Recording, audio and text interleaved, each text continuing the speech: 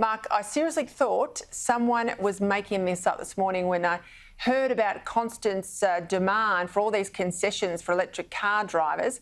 What did you make of it? Well, it could be another Andrew Constant's joke, because he bought some ferries on the Parramatta River and they would barely fit under the bridge. And if you're on the top level, they'd take your head off. And his advice was duck, and then said you can duck because it's right near Duck Creek. So I'm not too sure Andrew is a serious contributor on these transport matters. But Peter, what would make us the laughing stock of the world is to continue to subsidise charging stations for electric vehicles that cost $70,000 plus, that are only there for the wealthy, not for the working families, and of course have the handicap, you've got to recharge them every couple of hours. I mean, people love their petrol-driven car because you turn it on, it gets you from A to B, you haven't got to recharge it, you haven't got to stuff around. And this social engineering about electric cars is off the radar. All cars have got to pay some form of contribution to the upkeep of roads. And to exempt electric cars would be crazy. It would be a subsidy from the poor to the rich who can afford these vehicles. And Constance and others, Matt Keane, want to go down the path of building public charging stations that essentially will be unused. You know, these are going to be the great white elephants littered across the landscape, and that would be the laughable thing. Yeah, it is crazy. I want to go to a scoop today in the Daily Telegraph, and this centres on the Upper Hunter by-election regarding the Labor candidate. Now, I find this extraordinary.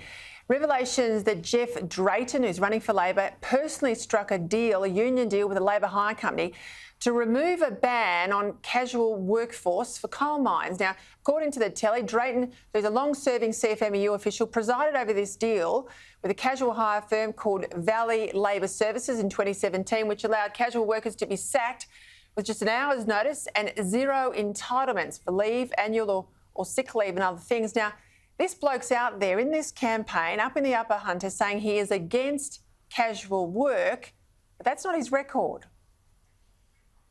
No, it's a massive sellout of the interests of the workers. Like, people talk about the casualisation in the mines. Well, it just didn't drop from the sky. The casual workers didn't turn up at the mine gate one morning and said, we're here to work. The CFMEU mining division signed over 50 enterprise agreements. They signed them to make the casuals possible. And one of the worst of them is what Jeff Drayton did as a mining official, a trade union official, where with a shelf company that had no workers, no assets, he wrote his signature on there with the owner of the shelf company, and 4 months later, this enterprise agreement that didn't cover any workers at that time was sold to another labour hire company for over $300,000. And it had a commercial value because it said, contrary to the Black Coal Industry Award, you can have the casuals, they won't have any of the permanent entitlements, long service leave, compassionate leave, carers leave, any of that. And they could be sacked with 1 hour's notice, and they'd also be paid below the market rate. So this is as deplorable a deal, selling out the workers as you'll ever see. And it just makes the point, Peter, you should never underestimate the way in which some trade union officials get too close to businesses, in this case the owner of a shelf company, who ended up with over $300,000 for having 2 signatures on a piece of paper. And Jeff Drayton was one of them, now hypocritically campaigning in Upper Hunter saying he's against casualisation. He's the author of it. How I want to go to this blue in the upper house in New South Wales last night, but just before I do, there's a tweet out there today from Malcolm Turnbull. Now, you think the former Prime Minister of the Liberal Party would be out there backing the Liberal candidate or the coalition candidate up in the Upper Hunter, but there's a tweet out where he's backing in the independent, basically saying an independent is exactly what's needed in the state parliament in the Upper Hunter. What's a comment from you on that? Well, which independent? The independents up there have got a green tinge to them.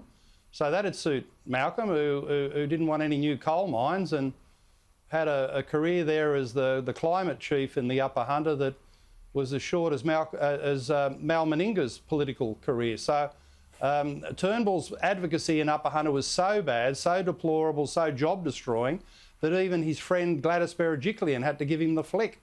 So it is extraordinary that he's now advocating for green independence in a seat against the interests of Berejiklian, against the interests of a Liberal government that's trying to hang on to its slim majority, not going in a minority government in the lower house. So Turnbull is a job destroyer, and I suppose you'd say from the interests of the Liberal Party, he's a Liberal destroyer.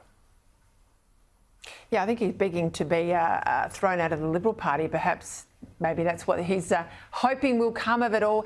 Just quickly, what's happened to the presidency in the upper house in New South Wales? Now, I know everyone wants it.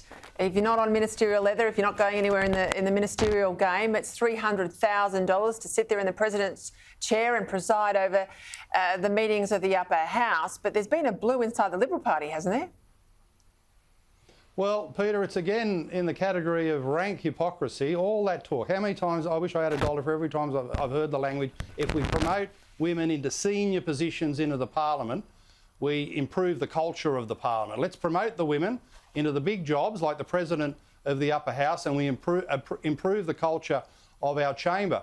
Well, at the end of it, Labor and the Greens got together with some other crossbenchers and engineered it so they selected a Liberal man over a very capable Liberal woman, Natasha McLaren-Jones, which just makes you think, what's all the rhetoric about misogyny and sexism and promoting women? What's it all about when Labor, the Greens and some other crossbenchers promoted the Liberal man into the job ahead of the Liberal woman? It's complete bunkum.